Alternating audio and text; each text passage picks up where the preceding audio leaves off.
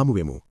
වසර 70කට අධික කාලයක් තුළ අග්‍රාමාත්‍ය ධූරය දෙරු රාජ්‍ය නායකයන්. පළමු අග්‍රාමාත්‍ය ජාතියේ පියා ඩී.එස්. සේනානායක මහතා.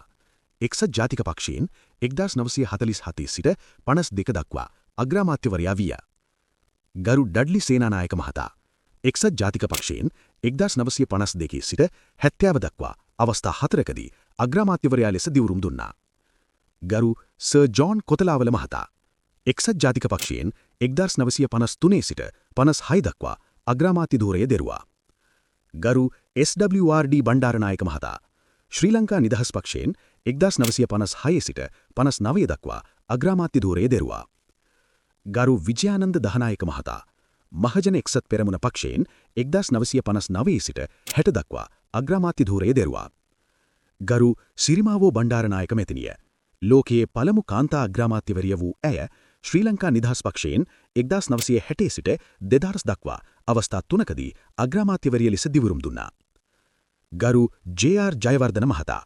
එක්සත් ජාතික පක්ෂයෙන් 1977 සිට 78 දක්වා අග්‍රාමාත්‍ය ධූරය දෙරුවා. ගරු රණසිංහ ප්‍රේමදාස මහතා. එක්සත් ජාතික පක්ෂයෙන් 1978 සිට 89 දක්වා අග්‍රාමාත්‍ය ධූරය දෙරුවා. ගරු ඩී.බී. විජේතුංග මහතා. එක්සත් ජාතික පක්ෂයෙන් 1989 සිට 93 දක්වා අග්‍රාමාත්‍ය ධූරය දෙරුවා. ගරු රනිල් වික්‍රමසිංහ මහතා. එක්සත් ජාතික පක්ෂය නියෝජනය කරමින් ඉතිහාසයේ වැඩිම වාර ගණනක අග්‍රාමාත්‍ය ධූරය දැරූ ඔහු 1993 සිට 2022 දක්වා අවස්ථා 6කදී අග්‍රාමාත්‍යවරයා ලෙස දිවුරුම් දුන්නා. ගරු චන්ද්‍රිකා බණ්ඩාරනායක කුමාරතුංග මැතිනිය. ශ්‍රී ලංකා නිදහස් පක්ෂයෙන් 1994 වසරේදී කෙටි කාලයක් අග්‍රාමාත්‍යවරිය වූ අතර පසුව ජනාධිපතිවරිය විය. ගරු රත්නසිරි වික්‍රමනායක මහතා. ශ්‍රී ලංකා නිදහස් පක්ෂයෙන් 2000 සිට 2010 දක්වා අවස්ථා 2කදී අග්‍රාමාත්‍යවරයා ලෙස දිවුරුම් දුන්නා. ගරු මහින්ද රාජපක්ෂ මහතා. ශ්‍රී ලංකා නිදහස් පක්ෂය සහ ශ්‍රී ලංකා පොදුජන පෙරමුණ නියෝජනය කරමින් 2004 සිට 22 දක්වා අවස්ථා 4කදී අග්‍රාමාත්‍යවරයා ලෙස දිවුරුම් දුන්නා.